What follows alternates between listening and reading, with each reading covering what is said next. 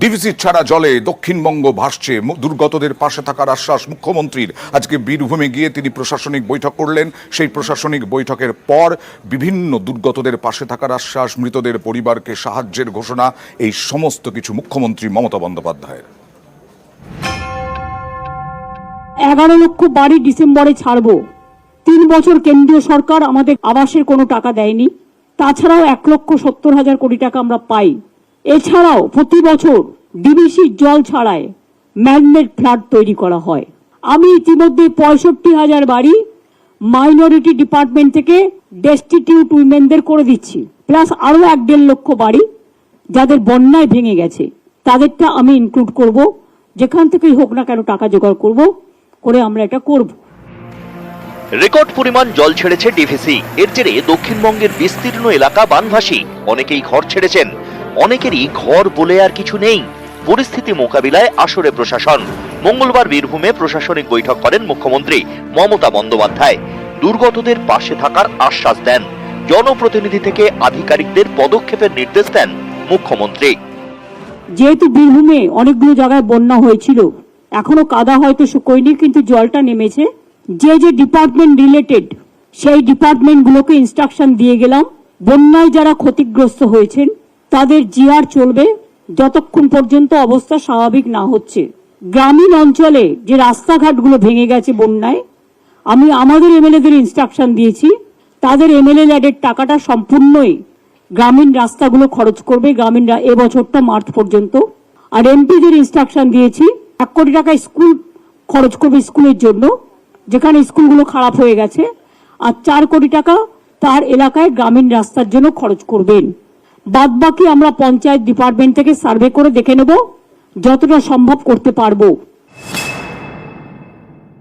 কৃষকদের জন্য আমাদের শস্য বীমা করা থাকে। আগে চাষিদের টাকা দিতে হতো, এখন চাষিদের টাকা দিতে হয় না। বিনা পয়সায় চাষিরা বিপদে পড়লে আমরা সেই টাকাটা দিই। যেই জল সরে যাবে, কৃষি দপ্তর আমার সাথে এসছেন, তাকে ইনস্ট্রাকশন দেওয়া হয়েছে যে কৃষকরা যাতে সঠিকভাবে তার বন্যা ত্রাণের হিসেব অনুযায়ী তারা যাতে টাকাটা পায়। এছাড়াও ধান কেনার কাজটা যেন বন্ধ না হয়। 100 দিনের কাজ, সেই কর্মশীল কাজটা যেন চালু থাকে। মিড ডে মিলগুলো যেন ঠিক থাকে। আইসিডিএস সেন্টারগুলো যদি জলে ভেসে থাকে সেগুলো ডিএম দায়িত্ব নিয়ে দেবে, বিডিওরাও ভিজিট করবে, আইসিরাও করবে, দেখে নেবে।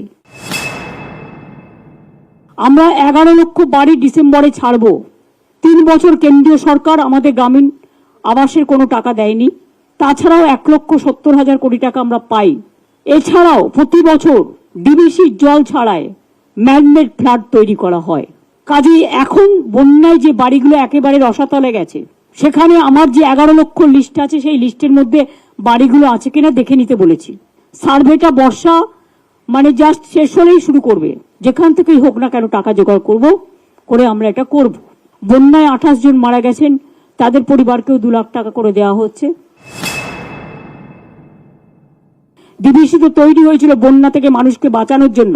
20 বছর ধরে ড্রেজিং করে না, মানুষ জলে ডুবিয়ে মারে। আকাশও আমার হাতে নেই, বাতাসও আমার হাতে নেই, কিন্তু কেন্দ্রীয় সরকারের হাতে ডিবিসি আছে। তা থাকা সত্ত্বেও আমরা ওদের বারবার বলি, যখন তোমাদের 80% ভরে যাবে 10,000 করে ছাড়ো, একসাথে তুমি 5 লাখ ছাড়বে, কি করে মাটি সহ্য করবে? আমি শুনেছি ওটা এখন কর্পোরেট হয়ে গেছে, শুধু পাওয়ার বিক্রি করে, এবং কিছুদিনের মধ্যেই খদ্দের ঠিক আছে বিক্রিও করে দেবে। সবই তো নিয়ে গেছে কলকাতা থেকে সরিয়ে। কলকাতায় একটা বিল্ডিং পড়ে থাকবে আর কলকাতার কথা শুনবে না, আর বাংলায় জল ছাড়বে, লোক মারবে। মানুষ আগে না ওর একটা বিল্ডিং এর কাঠামো আগে? জল ছাড়ে তো জল শক্তি মন্ত্রক। আমার চিফ ইঞ্জিনিয়ার ছিল, পদত্যাগ করেছে ওখান থেকে। আমার পাওয়ার সেক্রেটারি ছিল শান্তনু বোস, পদত্যাগ করেছে। আমরা চাই না সেই অর্গানাইজেশন যারা জল ছেড়ে মানুষ মারে। স্পিডবোট ইউজ করতে হলে, নৌকা ইউজ করতে হলে লক্ষ্য রাখতে হবে কতজন উঠছে। বেশি স্রোতে যাওয়া যাবে না। আর 2 হচ্ছে মেটেরিয়ালও তার সাথে কত যাচ্ছে, তারও তো একটা ওজন আছে। এগুলো দেখে তবেই নজর নিয়ে করতে। জীবনটা খুব দামি। নিউজ 18 বাংলা।